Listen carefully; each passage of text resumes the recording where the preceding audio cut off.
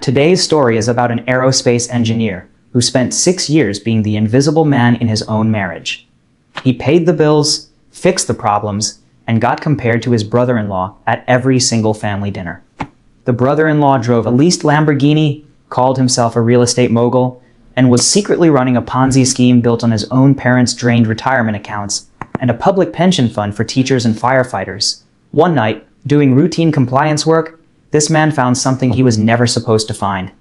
And at his in-laws' 40th anniversary party, in front of the billionaire his brother-in-law was trying to impress, he detonated all of it. Let's get into it. "Say sorry to my brother or leave my house," my wife demanded at dinner.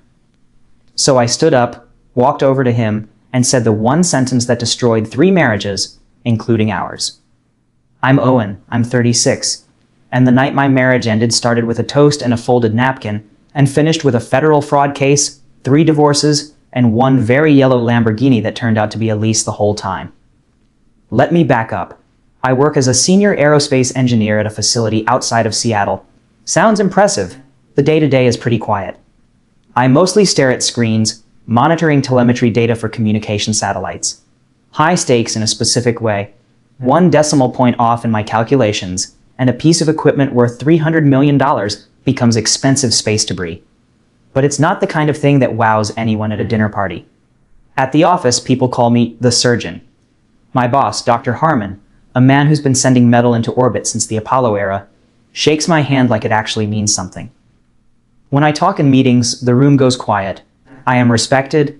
I am competent. I solve problems most people don't even know exist. At home, I was Nicole's husband, or in her family's eyes, the boring one with the government job. Nicole is beautiful. Was, technically still is, but it doesn't hit the same way once you've seen who a person actually is. 6 years of marriage had put this sharp, brittle edge on everything she did. Always slightly disappointed, nothing ever quite enough. And the person most responsible for setting that standard was her older brother, Craig. Craig is 42. 2 white teeth, 2 orange tan, drives a bright yellow Lamborghini, and posts hustle culture videos online like it's a personality. He calls himself a real estate mogul. He treats me like I'm there to validate his parking. And for 6 straight years, I got compared to him at every family gathering, every holiday, every cookout, sometimes directly to my face, sometimes just loud enough that I'd catch it from across the room. Craig did this. Craig built that. Why can't you be more like Craig? 2 weeks before everything blew up, I came home with actual good news for once. Dr. Harmon had pulled me aside about a lead project manager position on a new Department of Defense contract. Real step up, significant raise. I walked through the front door loosening my tie, ready to share it. Nicole was in the kitchen, scrubbing a glass with the energy of someone who'd been storing up grievances since noon. She didn't look up. "We have dinner at my parents' Sunday," she said. "Planning meeting for their 40th anniversary party. Please make an effort this time." I asked what that meant.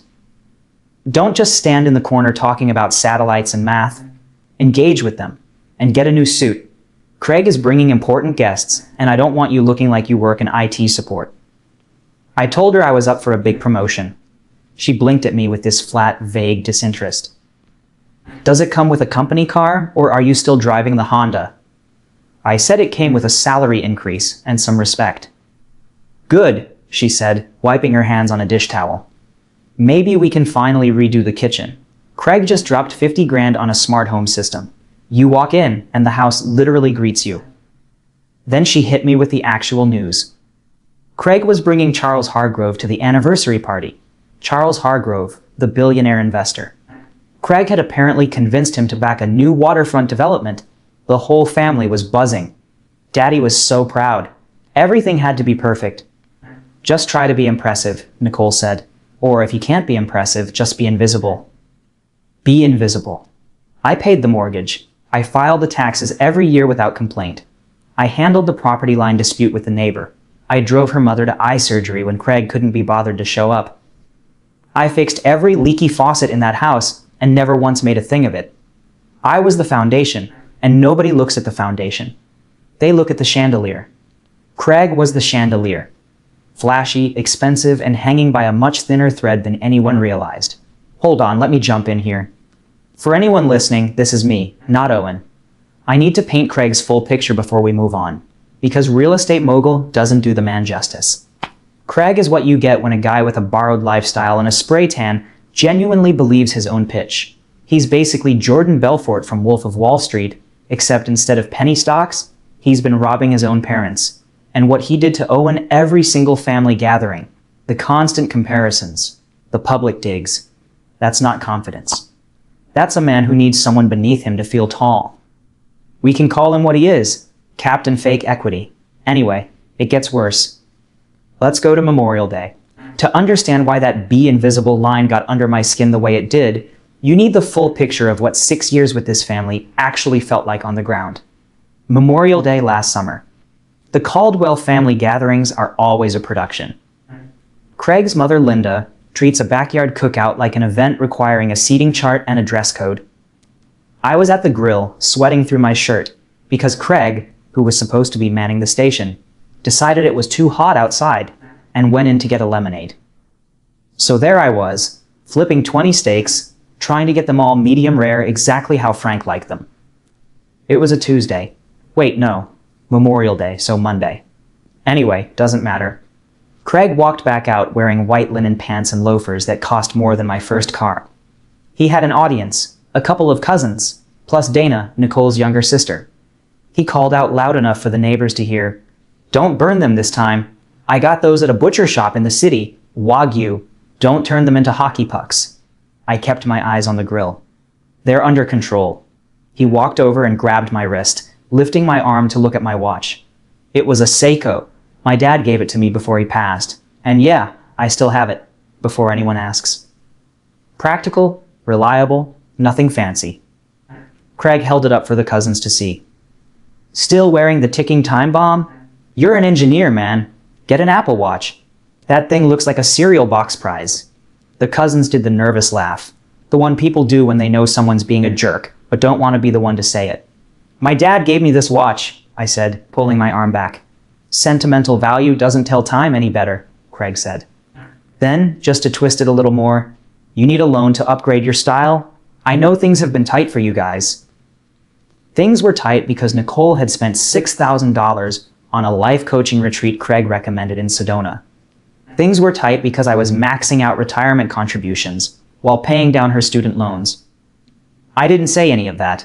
I just held the tongs and kept going. I looked over at Nicole by the pool. She'd heard the whole thing.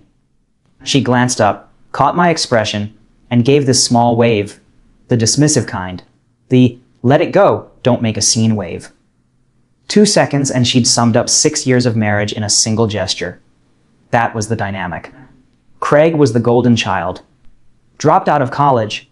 Too creative for the system. Cheated on his first wife. She didn't understand his drive. Lost a pile of money on a bad investment. Risk taker. Visionary. Me? I was the utility player. The one Frank called when his Wi-Fi went down. The one Linda called to move furniture before the holidays. But at the dinner table, I was the punchline. Whatever I achieved, Craig had done something bigger. I finished my master's degree. Craig just closed a major deal. I got a safety award at work. Craig bought a new toy. After the steak incident, I was cleaning the grill when Greg found me. Greg is Dana's husband, tax attorney, quiet guy, always looks vaguely apologetic for existing. He handed me a soda. We had an understanding between us, an unspoken one. Outsider club.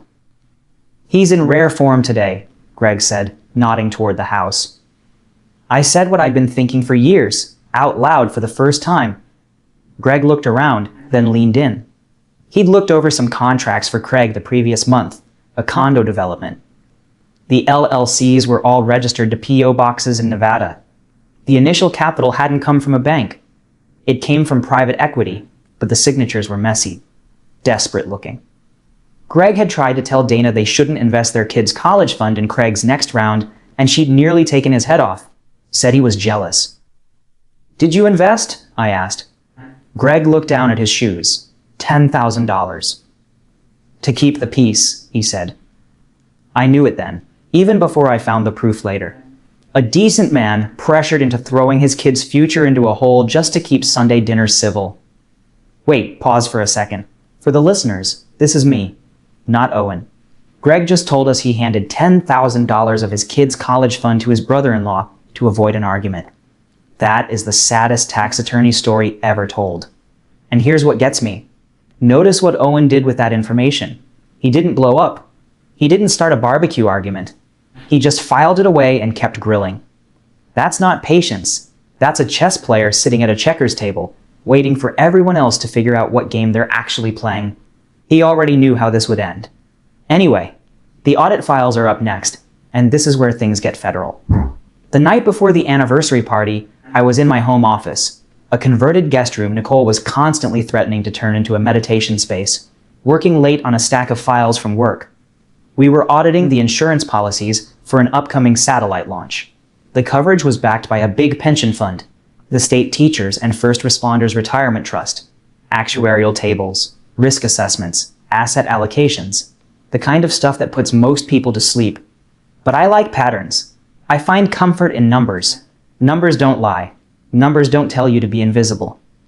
I was cross-referencing the fund's high-risk portfolio when a name came up on the screen.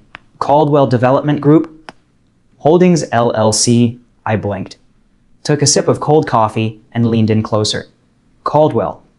That's Nicole's family name. That's Craig's last name. I started digging. The pension fund had allocated $20 million to Craig's company for a mixed-use commercial zone in downtown. I drove past that lot every single day going to work. Empty weeds and a rusty chain-link fence. No construction, no permits filed anywhere. I sat back in my chair. Why would a conservative pension fund for teachers and firefighters invest $20 million in a dirt lot owned by a guy who barely graduated high school? I followed the paper trail. The collateral for the loan was listed as verified assets from a parent company.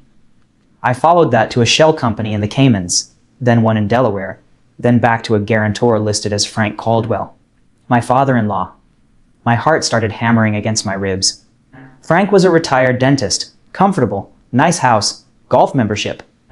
But guaranteeing a $20 million loan? I pulled up the property records on his house, then his vacation cabin, then, because I'd done their taxes 2 years earlier and still had read-only access to the archived files, his retirement accounts. Drained. All of it. Leveraged to the absolute limit. It wasn't just a bad investment. Craig had emptied his own parents to fake solvency, used that fake solvency to secure a massive loan from the pension fund, and was using the pension money to pay interest on the personal debts he owed to his parents' accounts. Classic Ponzi structure, but with a particularly ugly twist. He was robbing firefighters and teachers to pay for his leased Lamborghini.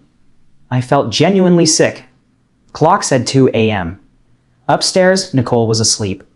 Probably dreaming about impressing billionaires, maybe finally redoing the kitchen. I had a choice.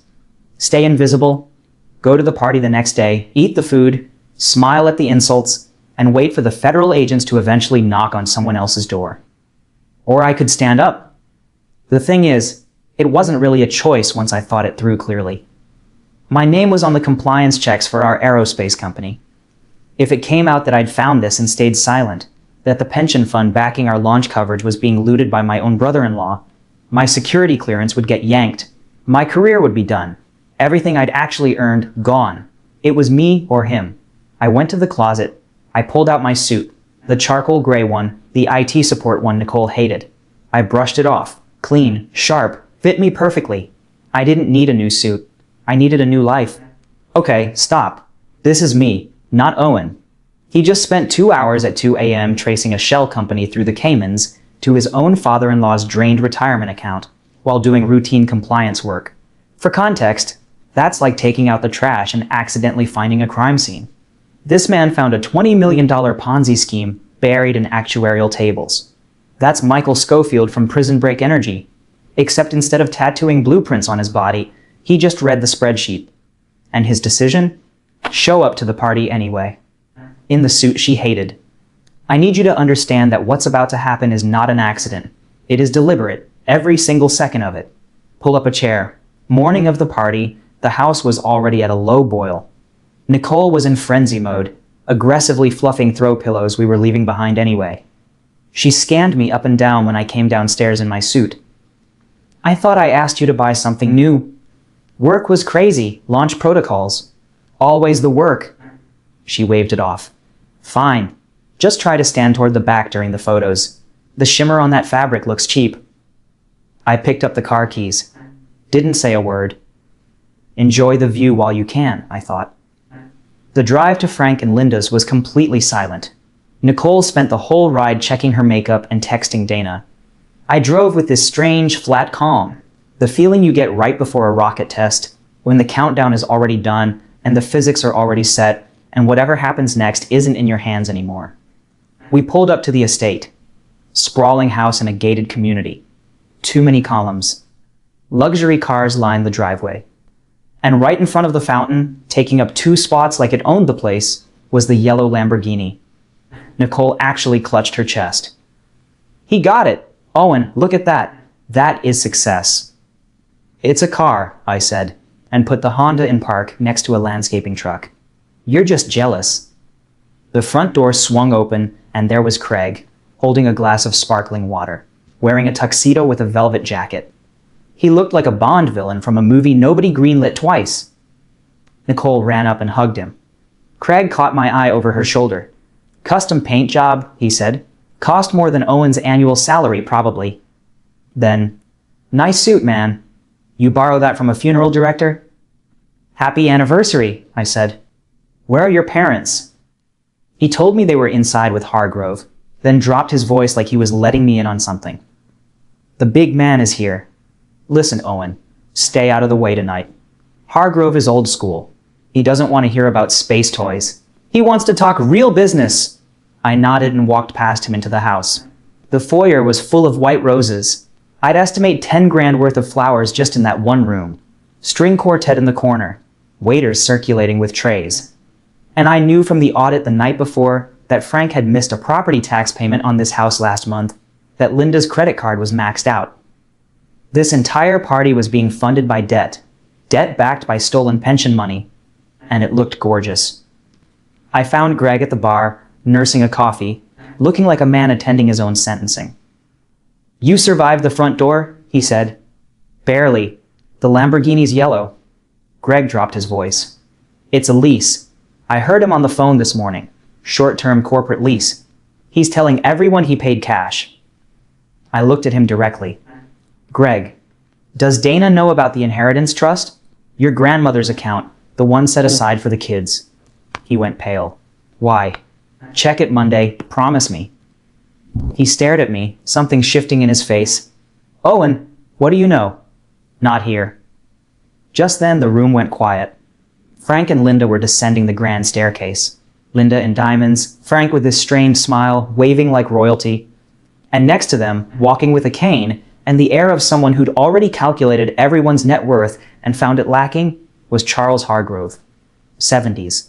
Cold blue eyes that scanned the room the way radar scans a horizon. Not impressed by the flowers or the quartet? Not impressed by much from what I could tell. Craig rushed over to lead the introductions. Applause. Nicole clapped so hard her hands must have stung. She mouthed "smile" at me from across the room. I gave her a grimace and looked back at Hargrove. He didn't smile. He nodded once and looked like he'd already rather be somewhere else. We filed into the dining room, gold-embossed name cards. I found mine at the far end, near the kitchen door, across from a teenage cousin wearing headphones who was definitely not going to be making conversation. Craig was at the head of the table to Hargrove's right, Nicole next to Craig. The chair at my spot was wobbly. Of course it was. I reached into my jacket pocket and touched the flash drive I'd brought just in case. Didn't need it. The full PDF was already sitting in Hargrove's email, the routing numbers memorized. But it felt right to have it there. Dinner progressed. Craig got louder with every course. He made a joke about a cousin's weight. He cracked one about Greg's hairline that landed like a slap. The food was excellent and tasted like ash in my mouth. And then, right as the main course arrived, Craig stood up and tapped his glass with a fork. I want to propose a toast to Mom and Dad. 40 years. That's a real achievement. Here, here, murmurs around the table. But I also want to give a special shout out to my sister Nicole, because marriage is hard, especially when you're the one carrying the dead weight. The room went dead silent. That wasn't a joke. That was something else. I mean, look at Owen, Craig continued, slurring just slightly. He's a nice guy. Serviceable. But Nicole Caldwell deserves a king, not a serf. I said it 6 years ago. This guy is a Honda Civic. You need a Ferrari. And look where we are. Still pushing papers at that government job, still driving that same junker, while I'm about to change the skyline of this city. He smiled and dropped the final note. I've got a friend coming to town next week. Developer from Miami. Single, doing extremely well. Just saying. My blood went cold. He'd just openly suggested, in front of the entire family and a major investor, that my wife should leave me for his friend. I looked at Nicole. This was the moment. The moment 6 years of marriage would mean something. The moment she'd put her hand on the table and say something that mattered. I waited. 1 second. 2. 3. Nicole looked down at her plate. She picked up her water glass and took a long, slow sip. She said nothing. Yo, time out. For anyone listening, this is me, not Owen. I need every single person to sit with what just happened. Her husband just got told to his face by her brother, in front of their whole family and a billionaire, that he was dead weight and she should upgrade. And she picked up her glass and said nothing. That silence was a 6-year decision, compressed into 3 seconds. She didn't defend him because some part of her agreed with the sentiment. That's not a wife keeping the peace. That's a woman who's been living in Plan B for a while. Owen saw it too. That's the chain snapping right there. And what happens next is exactly why you're still listening. That silence broke something in me, not my heart, that had been cracking for a long time. It was my restraint, the thing that had kept me at the grill, kept me smiling at the insults, kept me paying the mortgage without complaint for 6 years.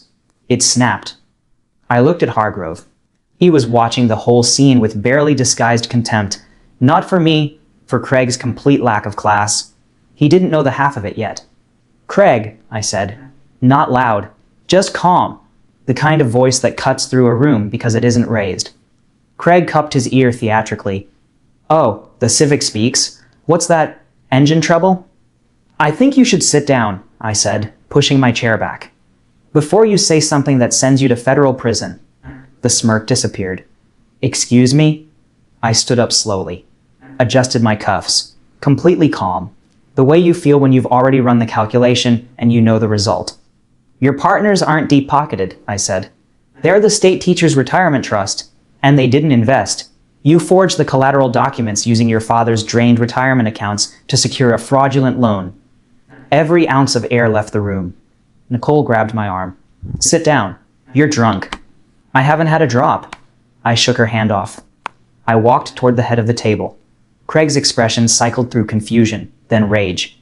He's insane. Dad, call security. Get him out of here. I stopped right next to Hargrove, looked directly at him, not Craig. Mr. Hargrove, do you check your email on weekends? Something shifted in Hargrove's expression. I do. I sent you a PDF about an hour ago. It contains the routing numbers for the $20 million transferred to Caldwell Development Group. Page 4 shows those funds were immediately wired to a shell company in the Caymans, then funneled back to cover Craig's personal debts, including the lease on the yellow Lamborghini in the driveway. Hargrove pulled out his phone. Craig lunged. Don't look at that. He's lying. He's a jealous, low-level engineer who doesn't understand how real business works. Hargrove raised one hand. Just one. Craig stops dead. Hargrove scrolled, swiped, zoomed in. Then he set the phone on the table and looked at Craig the way a butcher looks at a cut of meat. Craig, he said, voice quiet and ice cold. Is this your signature on the transfer authorization? It's creative financing, bridge capital. I was going to pay it back once the pre-sales came through. You used my name, Hargrove said. You told the pension fund I was a co-guarantor. That's how you got the rate. That is wire fraud. That is identity theft. And that is stealing from my reputation. Craig turned to Frank. Dad, tell him we're good for it. Tell him. Frank looked gray, one hand pressed to his chest. Craig, you told me the accounts were safe. You said it was a liquidity proof. You signed the papers, Dad. You signed them! And then the room came apart. Frank slumped in his chair. Linda started screaming. Monica, Craig's wife, stood up and hurled her glass at him. It shattered against the wall. Craig was sweating through his tuxedo, and Nicole stood up. I turned to her. I expected horror. I expected her to come to me. Instead, her face was pure hatred. "You ruined it," she said, voice shaking. "You ruined the deal. How could you do this to my family?" "He's a criminal, Nicole. He was stealing from people. He had a plan. He was going to fix it. You're just jealous because he's successful and you're nothing. A boring, miserable little man." She pointed at me with a shaking finger. "Apologize to my brother right now. Say sorry and mean it, or get out of my house." The whole room waited. I looked at Craig, trembling, forehead soaked. I looked at Hargrove, who was watching me with something close to respect. I looked at Nicole, the woman I'd spent 8 years trying to build something real with, and I realized she didn't love me. She loved the stability I provided and resented the person who provided it.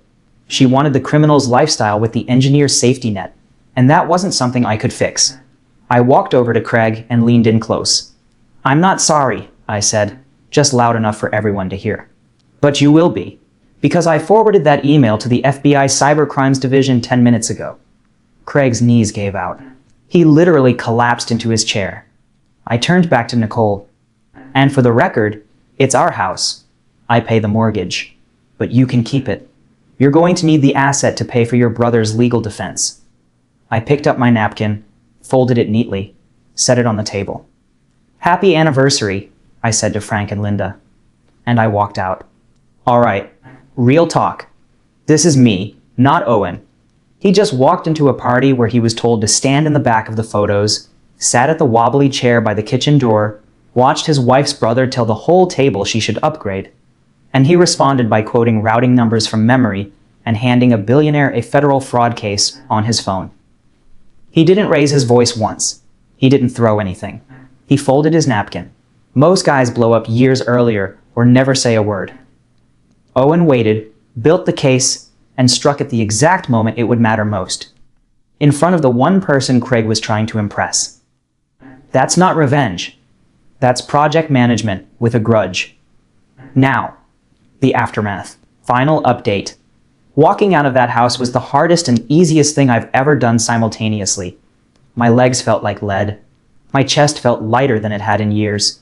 Both at the same time, which is a strange combination. I could hear the screaming starting up again behind the front door. Linda wailing, Nicole's voice shrill and panicked, and Hargrove's low, controlled tone as he presumably called his legal team to start dismantling Craig before the feds even arrived.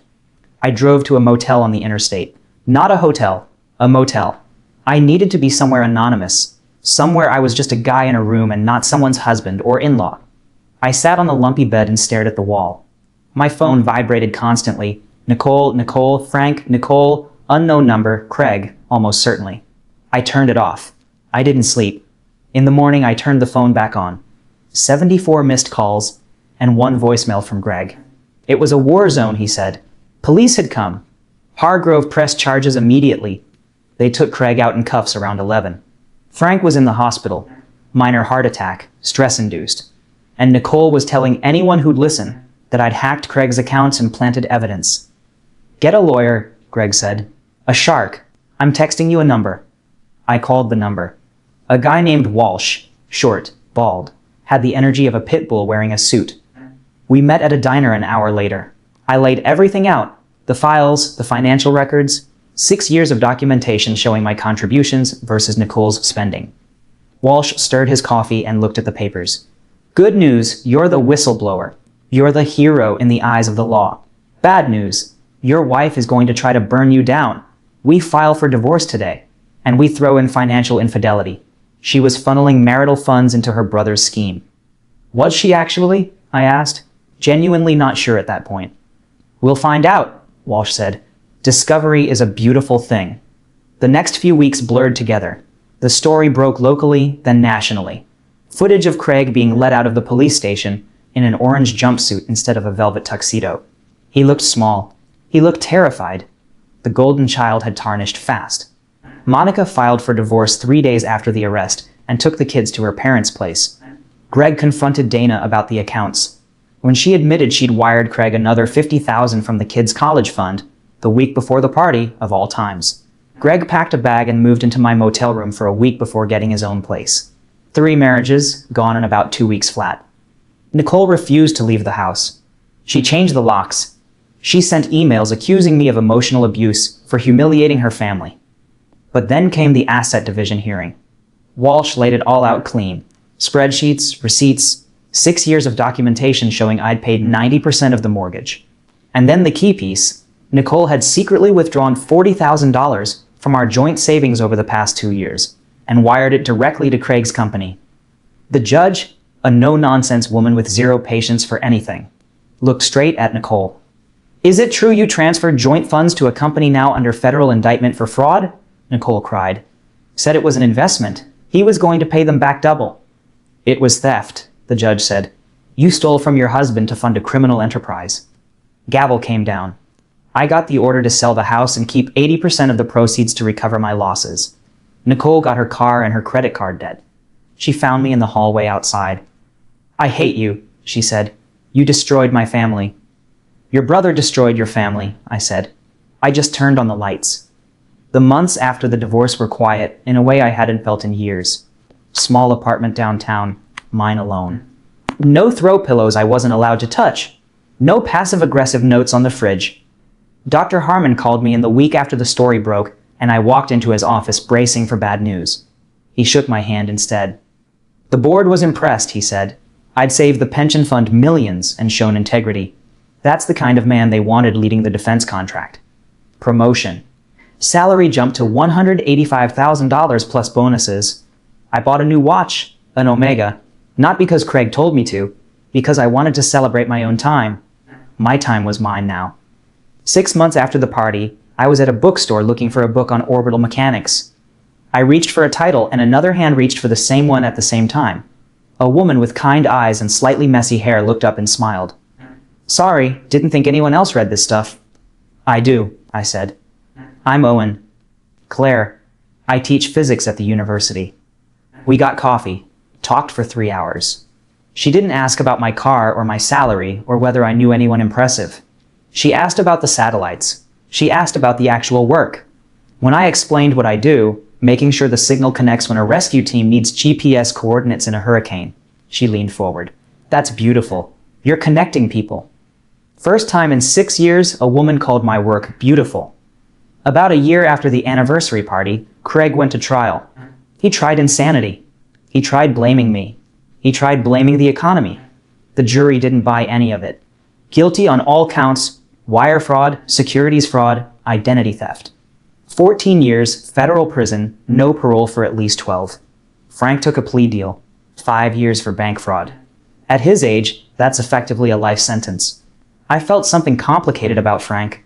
He got used by his own son, and that's its own kind of tragedy. I didn't have to go to the sentencing, but I went. Needed to close the door. Claire went with me and held my hand in the back of the courtroom. Craig looked nothing like the guy in the white linen pants. Tan completely gone, hair thinning, scared the way bullies always look when consequences finally show up in person. When the verdict was read, he scanned the gallery. Saw Linda sobbing into a handkerchief. Saw Nicole sitting alone, older-looking, cheap blazer, no one next to her. And then his eyes found mine. He didn't say anything. He just slumped. He knew. The Honda Civic had run him off the road. Outside the courthouse, Nicole intercepted us on the steps. She saw Claire. She saw my new suit, navy, tailored. Claire had helped me pick it out. Something moved across Nicole's face that I couldn't quite name. "Owen," she said. Her voice was small. "I just wanted to say, I'm having a hard time. The rent's due. With Dad in prison, Mom is falling apart." She was asking me for money. After everything. I looked at her and felt nothing I expected to feel. No anger, no grief, no anything. Just this flat, quiet indifference. The feeling of looking at a neighborhood you used to live in and realizing you don't miss it at all. "I'm sorry to hear that," I said. "But that sounds like a problem for your family to solve." "I'm not family anymore, Nicole. You told me to leave your house, remember?" "Owen, please." "Come on," Claire said softly, squeezing my arm. "We've got that reservation." We walked away.